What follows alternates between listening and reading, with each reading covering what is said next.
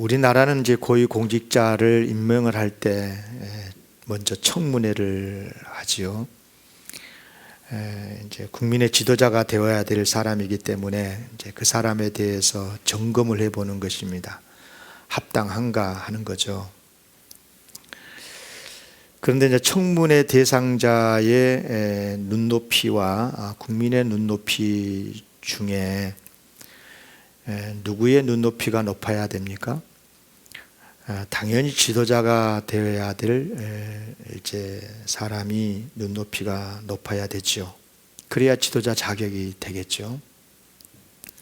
근데 실제는 이제 그렇지 못한 경우가 있어서 많은 이제 비난을 받곤 하는데, 그래서 이제 인사청문회 할 때 보면 이런 후보자들의 자주 이런 말을 하는 것을 듣게 됩니다. 국민의 눈높이에 맞지 않아서 죄송합니다, 이런 말을 해요. 이 말이 무슨 뜻이에요? 뭐 국민들보다 자기가 더 눈높이가 높다, 그런 뜻이 아니고 반대죠. 그동안 국민의 기대에 미치지 못한 그런 삶을 살아서 죄송합니다, 그런 뜻일 겁니다. 이제 내년에 대통령 선거도 있고 또 지방자치 선거도 있는데, 그래도 국민의 지도자를 뽑아야 되는 아주 중요한 선거잖아요. 그럴 때 과연 그들의 눈높이가 우리 국민의 눈높이에 비해서 더 높아야 되지 않겠습니까? 이제 그런 것들을 잘 살펴서 선택을 해야 될 겁니다. 여러분, 우리 예수님의 눈높이는 어떻다고 생각을 하십니까? 뭐 말할 수 없이 높지요. 특히 이제 예수님이 가르치시는 말씀, 특히 이제 산상수훈, 산산설교 같은 경우를 보면요, 상상을 초월할 정도로 예수님의 눈높이가 높아요. 한번 살펴볼게요. 원수를 사랑하라. 사랑할 수 있어요? 박해자를 위해서 기도하라. 구제할 때 오른손이 하는 것 왼손이 모르게 하라. 오른뼘 뺨을 치거든 왼편도 돌려대라. 너를 고발해서 속옷을 빼앗고자 하는 자에게 겉옷까지 주라. 억지로 오리를 가게 하거든 그 사람과 심리를 동행하라. 다 이게 산상수훈에 나온 말씀들이에요. 여러분, 이런 말씀들을 들을 때 어떻습니까? 얼마나 눈높이가 높아요? 그런데 예수님은 말씀으로만 이렇게 가르친 게 아니고 실제로 그렇게 사셨죠. 예수님은 바르게 사셨고 사랑으로 사셨고, 그렇죠. 십자가에 죽으신 이유도 다 그런 것 아니겠습니까? 그러나 우리 예수님이 우리의 주님이 되시고 위대한 우리의 지도자가 되시는 것은 그분의 눈높이가 단순히 높아서가 아니고요, 그렇게 높고 위대하신 예수님께서 오히려 우리의 눈높이에 맞추셨다는 거예요. 예수님께서 그 하나님이 천지를 창조하시고 성자 하나님께서 인간의 몸을 입고 우리처럼 인간이 되셨잖아요. 그냥 뭐 인간이 되셔서 하나님으로만 계신 게 아니라 우리처럼 굶주리기도 하시고 아파하기도 하시고 같이 울기도 하시고, 그렇죠. 우리의 친구가 되어 주셨어요.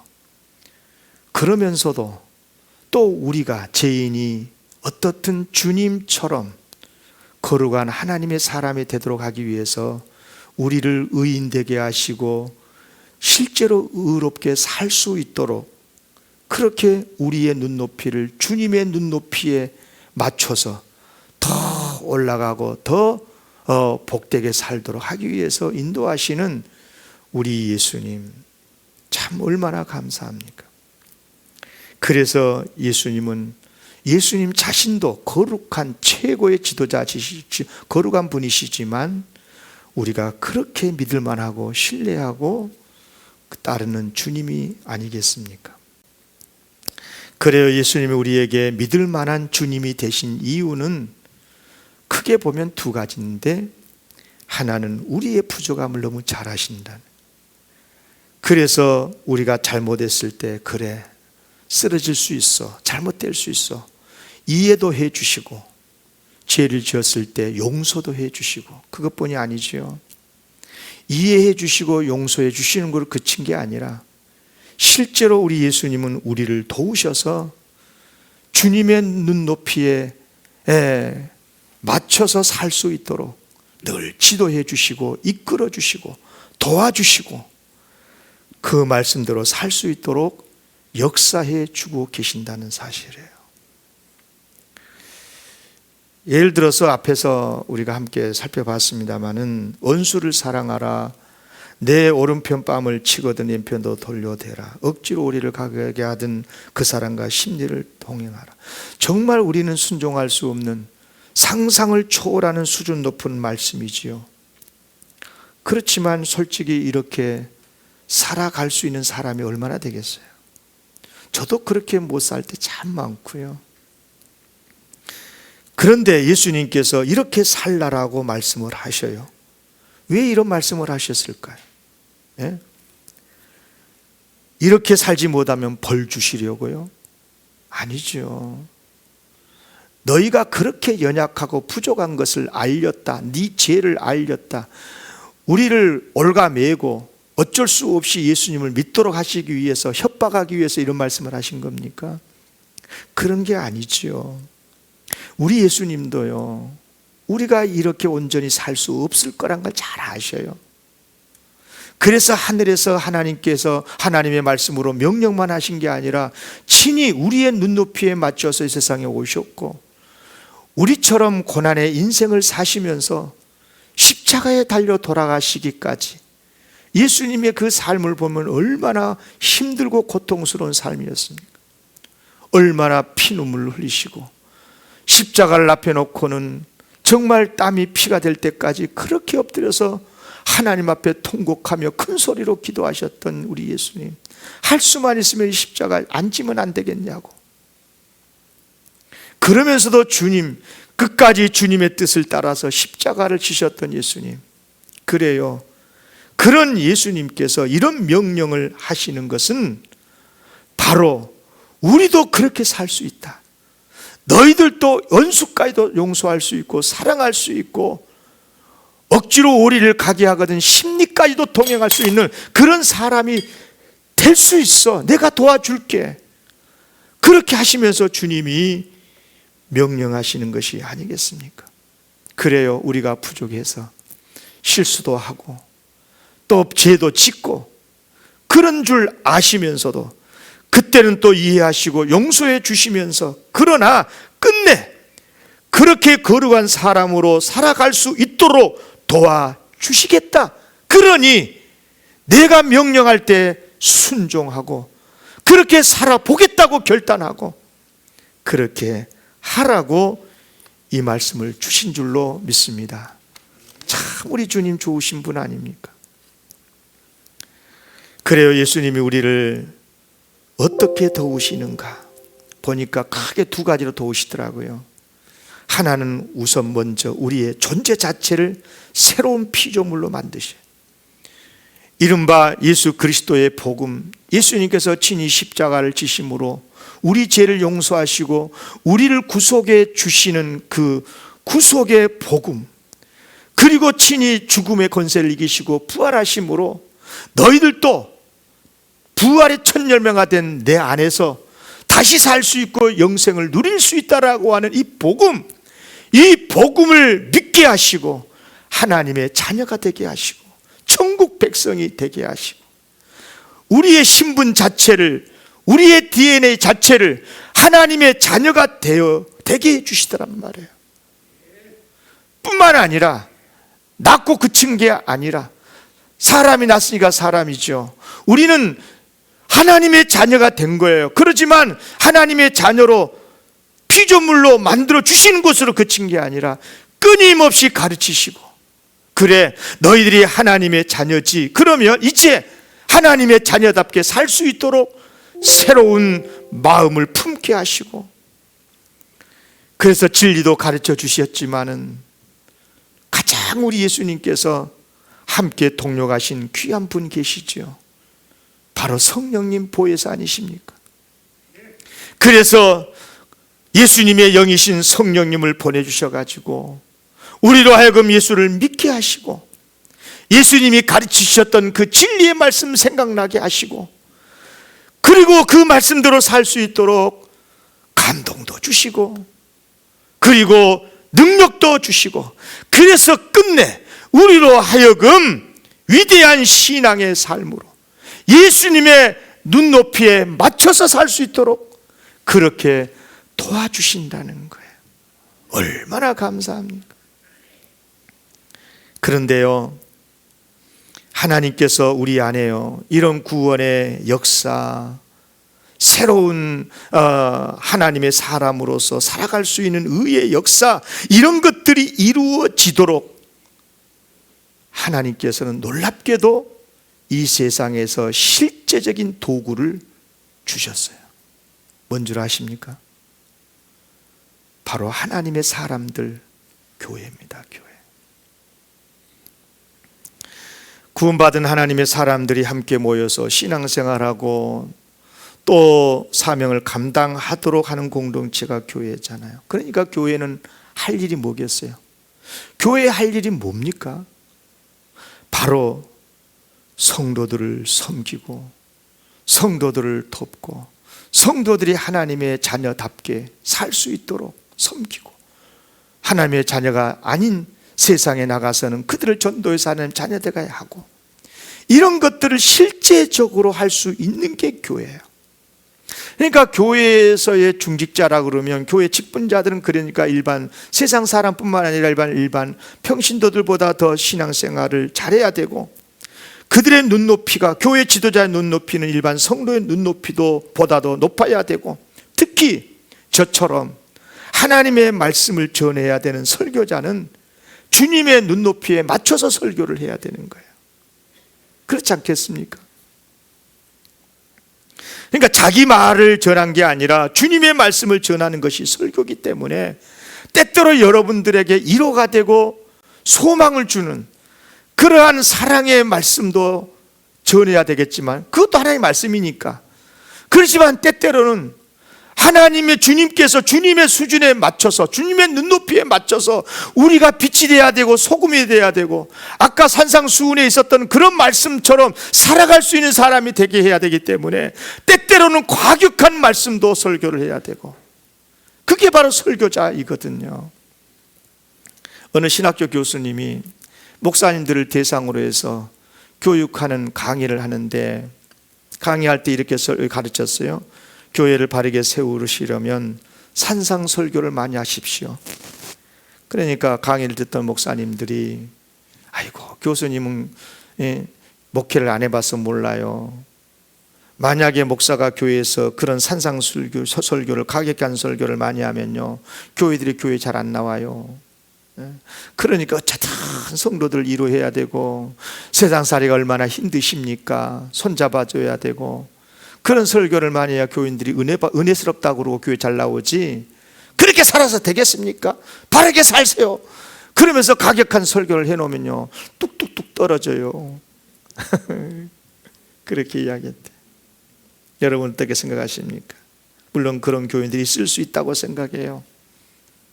세상살이에 지친 성도들이 교회에 나와서 위로를 받고 싶고 희망을 얻고 싶고, 그런데 교회에서조차도 바른 삶을 강조하고, 그렇게 살면 되냐고 부담스러운 말씀이나 하고 그러면 싫어하는데, 그러나 여러분, 진짜 물어볼게요. 진짜 그렇습니까?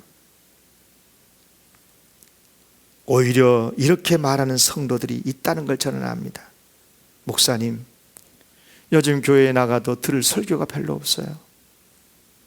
설교가 적당하게 저희들의 힘든 심리적인 평안이나 주려고 하는 설교, 그런 말을 들으려면요, 세상에서도 얼마든지 들을 수 있는데 왜 굳이 교회에 나가야 됩니까?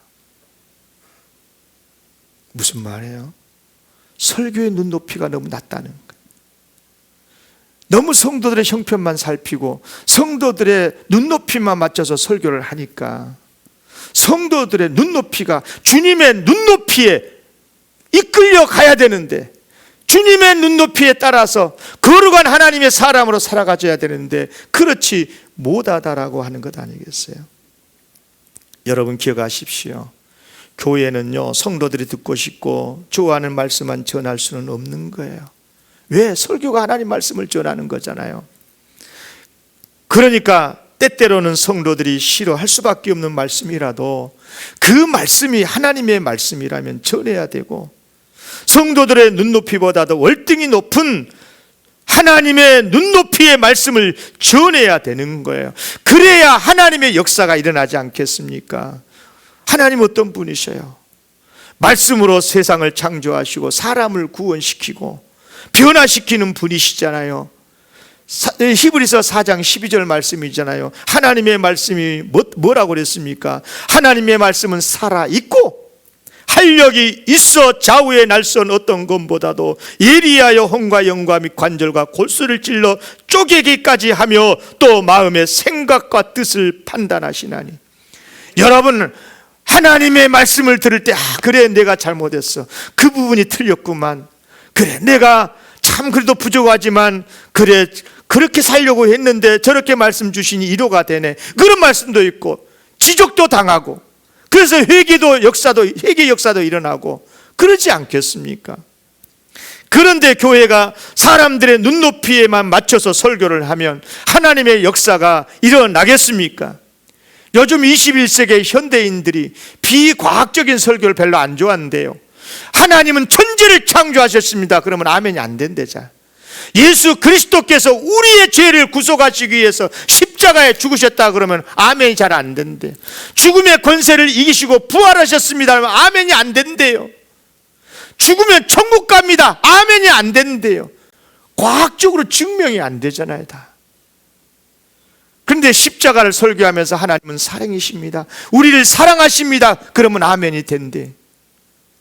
부활을 이 어려운 세상에서 우리에게 희망을 주는 부활입니다 그러면 아멘이 된대요. 무슨 말이에요?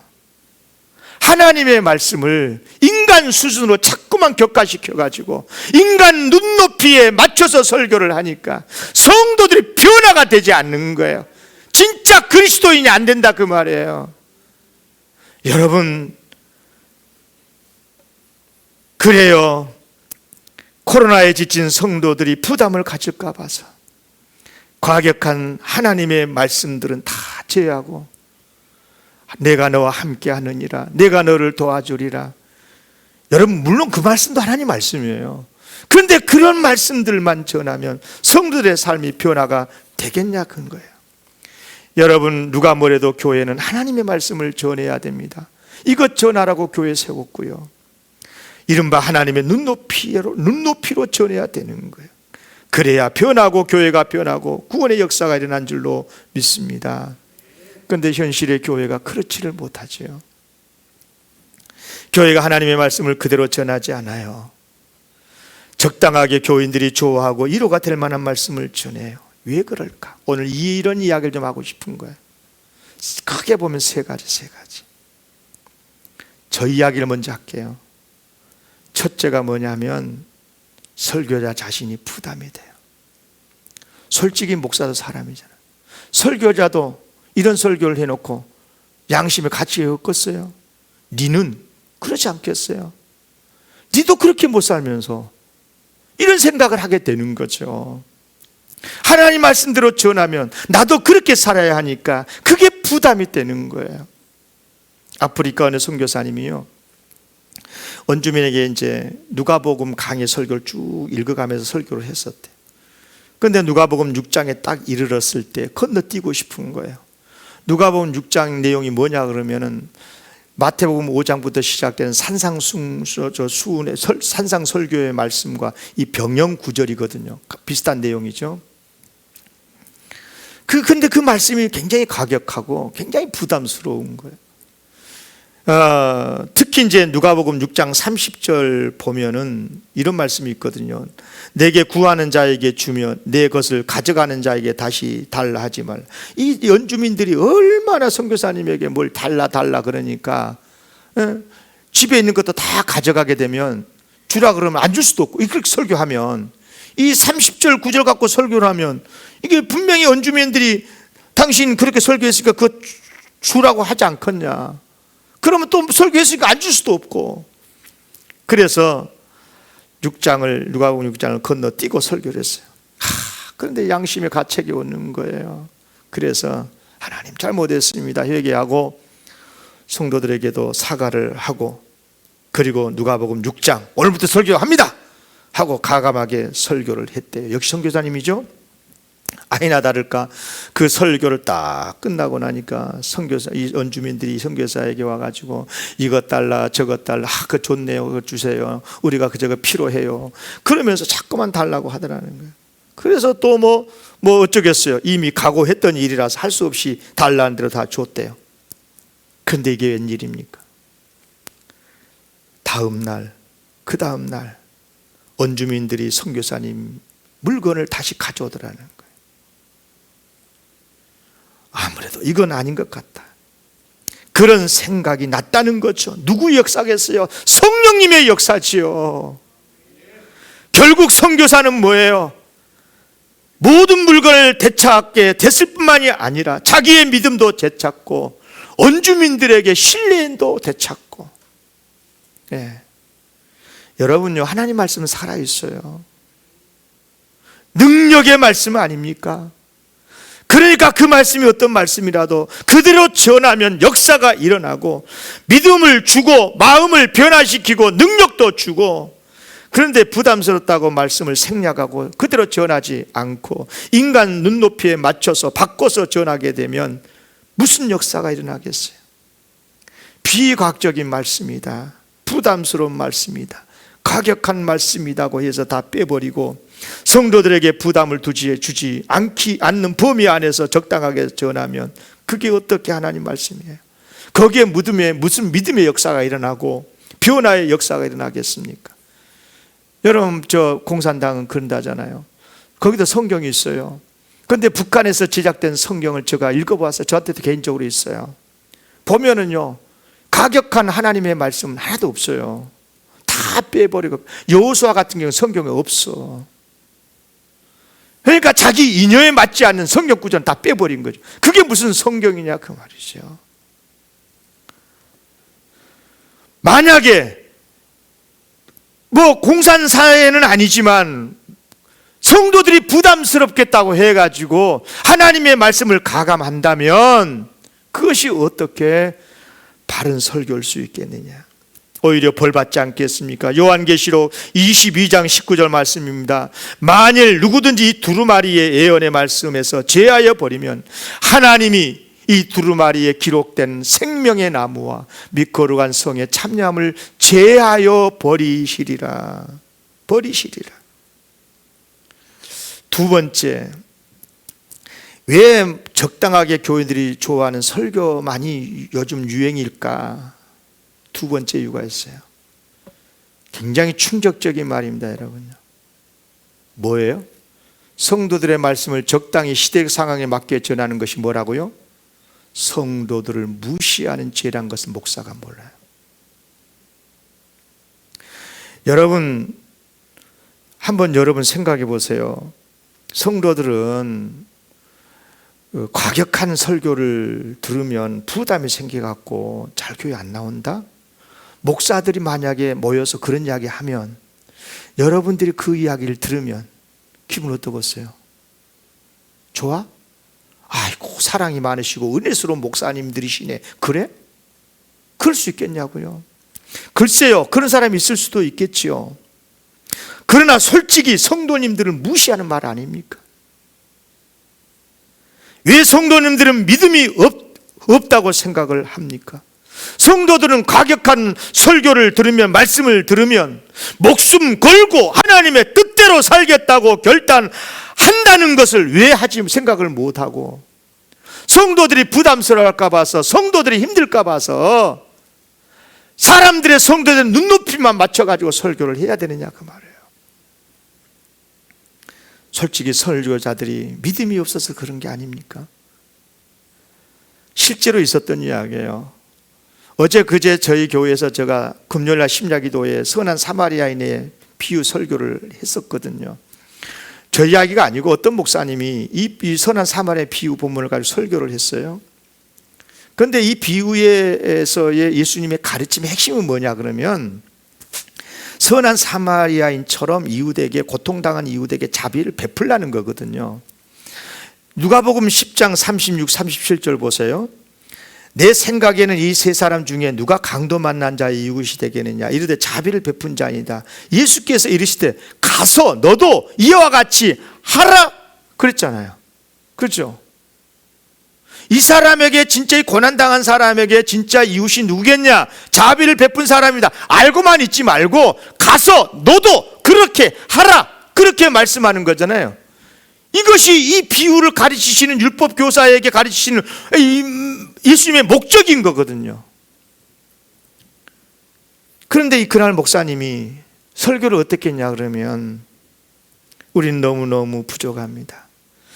내 몸 하나 건사하기도 힘들고, 내 살기도 힘들고, 나도 병들었고, 나도 고통스럽게 사는데, 그러니까 선한 사마리안처럼 우리가 살기가 어려워요. 그러니 주막 주인만큼이라도 하십시다 라고 설교를 했어. 주막 주인만큼이라도 하십시다. 주막 주인은 어떻게 한 줄 아십니까? 선한 사마리안이 고통사람, 죽어간 사람들을, 이 죽어간 사람을, 유대인이거든요. 이 사람을 데리고 가가지고 돈을 주고 치료해 달라고. 그러니까 주막 주인은 뭐예요? 대가 받고 치료해 준 사람이에요. 또 그렇잖아요. 선한 사마리안 가면서 부비가 더 들면, 병원비가 더 들면 내가 와서 다시 병원비 드릴게요 하고 맡겨놓고 가잖아요. 그러니까 주막 주인은 뭐예요? 돈 받고 대가 받고 이 치료해 준 사람인 거예요. 그런데 설교를 그렇게 하면 되겠어요? 선한 사마리아인만큼은 못 돼도 최소한 주막 주인만큼만 하자라고, 어찌 보면 굉장히 은혜스러운 말씀 같고 성도들의 형편을 고려한 설교 같지만, 이게 설교입니까? 여러분, 예수님은 분명히 말씀했습니다. 가서 너도 이와 같이 하라.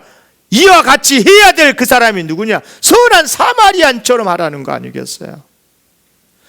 그렇게 하니까 그의 가격한 말씀이다 보니 그 말씀이 힘드니까 그 말씀은 쪽 빼버리고, 그러면 위로가 됩니까? 이것이 바로 성도들을 무시한 설교가 아니고 뭐냐는 거예요. 여러분, 당장은 편하게 들릴지 모르지만 하나님의 말씀이 뭡니까? 심령을 찔러서 쪼개고 우리가 잘못된 것을 고치고 하나님의 눈높이, 예수님의 눈높이에 맞춰서 하나님의 의를 이루고 빛이 되고 소금이 되라고 하는 삶을 살라고 주신 말씀 아닙니까? 그래서 이제사 여러분에게 고백이지만 저도 이 설교를 준비하면서 많이 괴로웠습니다. 여러분, 저도 그렇게 설교한 적이 많았거든요. 저 자신이 부담되기 때문이기도 했지만은 성도님들이 힘들까 봐, 그래서 본래의 말씀보다도 강도를 좀 낮춰서 낮추는 설교를 할 때가 솔직히 많았어요. 진심으로 이 시간을 빌어서 여러분들에게 사과를 드려요. 여러분을 생각해서 그런 것 같았지만 결과적으로 여러분의 신앙을 무시하는 꼴이 됐잖아요. 그래서 최근에 저는요, 설교를 바꿨어요. 아신 분은 아실 거예요. 조금은 제가 굉장히 가격하게 설교를 할 때가 많아요. 가격하게 설교를 하고 싶어서가 아니라 그게 하나님의 눈높이고 그게 하나님의 말씀이니까 그대로 여러분들에게 전해드리는 거예요. 하나님을 믿고 성령님이 역사하실 줄로 믿고 여러분들을 신뢰하면서. 아멘입니까? 아멘이 적으면 나 다시 옛날처럼 해야 돼. 아멘입니까? 아멘. 그런데 세 번째가 더 중요해요. 이게 뭐냐면, 이렇게 설교를 자꾸만 인간의 눈높이, 성도의 눈높이의 설교를 하려고 하는 유혹이 왜 생기냐 그러면, 그렇게 말씀하신 하나님의 진심을 곡해했기 때문에. 하나님이 그렇게 말씀을 하신다면 이유가 있지 않겠습니까? 여러분, 좀 그렇게 가격하게 말씀했다면 그렇게 말씀하신 예수님의 진심이 뭘까요? 그걸 헤아려 봐야 되지 않겠습니까? 여러분, 성경은 하나님 말씀이잖아요. 그런데 분명히 하나님의 말씀 중에는요, 우리를 위로해 주시고 평안을 주시는 말씀도 있어요. 그런데 많은 경우에 가격한 말씀이 정말 많거든요. 자, 그러면 여러분에게 물어볼게요. 구약의 율법보다도 율법 말씀하고 예수님의 말씀과 비교를 하면 어떤 말씀이 더 가격할까요? 여러분 잘 이해하셔야 돼요. 예수님의 말씀이요, 비교할 수 없을 만큼 더 가격해요. 자, 보세요. 이제 산상수훈이 대표적인 건데, 산상수훈을 보면, 설교를 보면은 마태복음 5장부터 시작되잖아요. 보면 심령이 가난한 자는 복이 있나니 천국이 그들의 것이다. 애통하는 자는 복이 있나니 그들이 위로를 받을 것이다. 온유한 자는 복이 있나니 그들이 땅을 찾아. 굉장히 위로가 되고 희망이 되고 소망을 주는 말씀이잖아요. 그렇잖아요. 예수 믿고 힘든데 그렇게 참 천국이 애통하는 자의 것이라고 하시는구나. 예? 온유한 자에게 온유한 자가 천국의 주인공이 된다는 거구나. 굉장히 위로가 되신 말씀인데, 그런데 이어서 주신 말씀이 뭐냐 그러면, 그리스도인으로서 예수님을 따른 제자로서 올바른 삶이 뭔 줄 아냐? 이렇게 살아야 돼 하고 주신 말씀이 있는데, 가장 먼저 주신 말씀이 마태복음 5장 21절 22절 한번 읽어볼게요. 봐봐요. 옛사람에게 말한 바 살인하지 말라. 누구든지 살인하면 심판을 받게 되리라 하였다는 것을 너희가 들었으나 나는 너희에게 이르노니 형제에게 노하는 자마다, 화를 내는 자마다 심판을 받게 되고, 형제에 대하여 라가라 어리석은 자라라고 하는 자는 공에 잡혀가게 될 거고, 미련한 놈이라고 하는 자는 지옥불에 들어가게 돼. 여러분요, 예수님 말씀대로 하면 우리는 벌써 100번 1000번도 지옥 갔어야 돼요. 자, 보세요. 예수님의 말씀이 얼마나 가격합니까? 율법은요, 살인하면 심판받게 되는 거 다 아는 것 아니에요. 우리나라의 형사법도 다 그래요. 그건 상식적인 법이야. 다 인정해. 그런데 예수님은 뭐예요? 형제에게 좀 화를 낸다고 심판받게 된대요.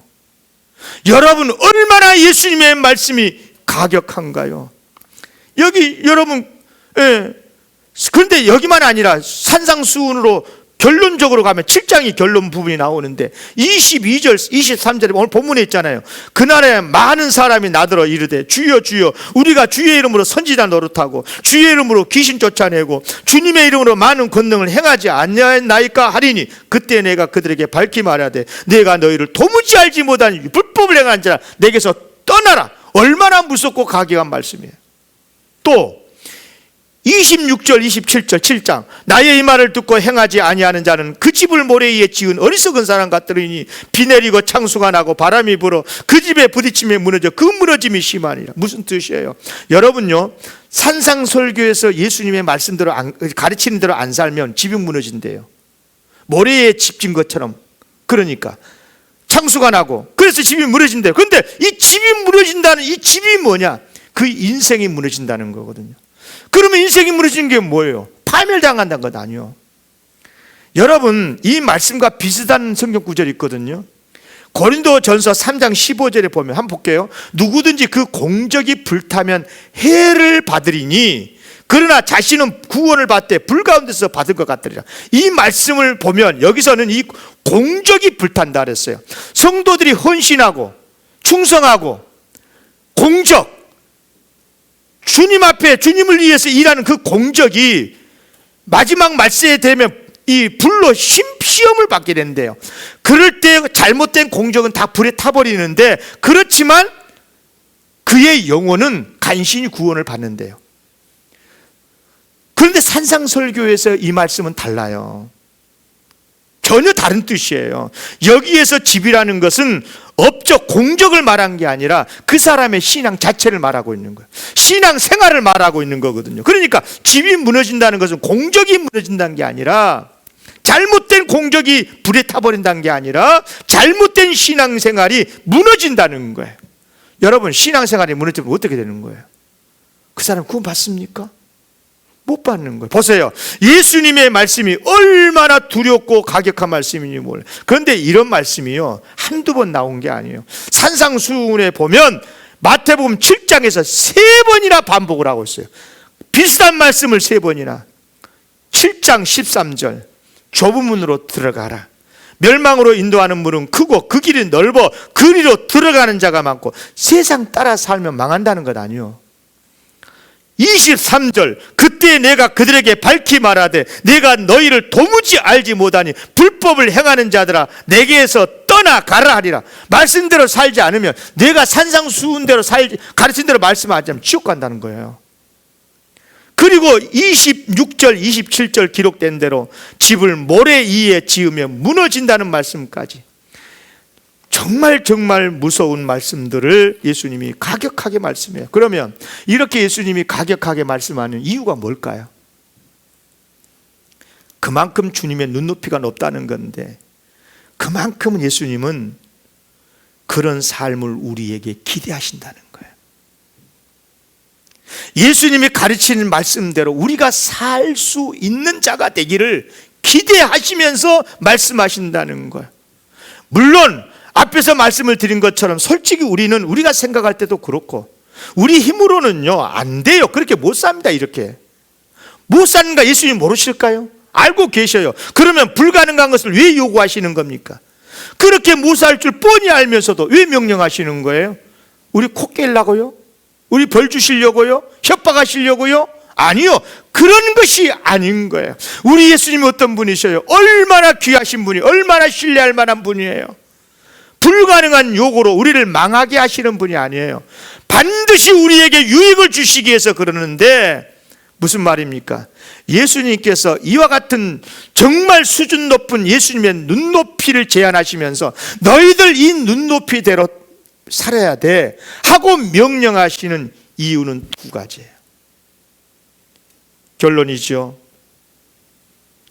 너희는 예수 그리스도를 믿어서 하나님의 아들이고 딸이 아니냐는 거예요. 따라하겠습니다. 우리는 하나님의 자녀들입니다. 아멘입니까? 하나님의 자녀들이니까 당연히 하나님의 자녀답게 살아야 된다는 것 아니겠어요? 그런데 우리의 능력으로는 그렇게 못 산다는 것도 아셔 예수님이. 그래서 실제로 그런 삶을 살도록 도와주시겠다는 거예요 예수님이. 그래서 예수님이 이렇게 살아 저렇게 살아 성경책 딱 주시고 교회 딱 세워놓고 가르쳐, 그래서 성도들에게 그렇게 가르치고 그렇게 살도록 해, 그렇게만 하시지 않고요, 보혜사 성령님을 보내주셨다니까요. 그래서 말씀을 들으면 그 말씀을 믿고 구원도 받게 하시고 성령님의 열매 맺게 하시고 사랑의 사람이 되게 하시고 아무리 힘들더라도 참게 만드시고 사랑은 오래 참고 사랑하게 하시고 온유하게 만드시고 그리고 평안하게도 하시고 성령의 열매를 맺게 해주신다 그 말이에요. 여러분, 신앙생활을 가장 잘하는 모습이 뭐예요? 성령의 열매를 맺는 모습 아닙니까? 그렇지 않습니까? 아무리 힘들고 요즘처럼 코로나가 상황 속에서도 끝까지 오래 참고 견디면서 서로 사랑하고 서로 평안하고 평안한 사람이 되고 서로 축복해 주고, 그것이 진정한 예수 잘 믿는 모습이 아닙니까? 그래서 성령님이 우리에게 오셔서 역사의 주심으로 말미암아서 성령의 열매를 맺어서 말씀대로 살게 해주신다 그 말이에요. 물론 그렇게 못 살 때도 있어서 죄를 짓기도 한다는 걸 아시기 때문에, 그래서 우리가 회개하면 용서돼 주시고 다시 일어나 하면서 붙들어도 주시고 일으켜 세 주시고 힘도 주시고 소망도 주시고 그렇게 도와주심으로 해가지고 말씀대로 살도록 해 주신단 말이에요. 그것을 조직신학에서는 성화라고 그래요. 성화. 온전하게 이 하나님의 자녀가 되는 것은 단번에 됐지만은 하나님의 자녀답게 사는 모습은 조금씩 성화가 되어 간다는 거예요. 여러분, 나도 주님의 눈높이에 맞추면서 살 수 있다, 희망 가지시기를 기원합니다. 우리 살 수 있습니다. 그렇게 살 수 있습니다. 말씀 마칩니다. 우리는 하나님의 자녀가 됐기 때문에 이런 수준 높은 삶을 요구하시고요. 이런 말씀을 두 번째 들어야 우리의 삶이 변하기 때문에. 그런데 이런 가격한 말씀을 하면 성도들이 상처받을까 봐서 설교하지 않는다면, 십자가의 은혜로 용서받았으니 걱정하지 마, 사랑의 주님은 절대 우리 지옥에 안 보내, 이런 구원파의 설교 같은 설교나 하면 마음이야 편하겠지. 그러지만 여러분, 우리의 신앙이 새롭게 되겠습니까? 우리의 잘못된 것을 우리가 고치기나 하겠습니까? 사랑하는 성도 여러분, 하나님의 말씀이 때때로는 내 마음을 찌르고 너무너무 고통스럽게 할지라도 주님을 바라보시기를 바랍니다. 성령님이 역사해 주실 줄로 믿습니다. 여러분의 마음을 새롭게 해 주실 줄로 믿습니다. 그래서 여러분들도 하나님의 수준에 맞는, 온전하지는 않지만 예수님의 눈높이에 맞춰가면서 신앙생활을 하는 귀한 거룩한 하나님의 자녀들이 되게 하실 줄로 믿습니다. 기도하겠습니다.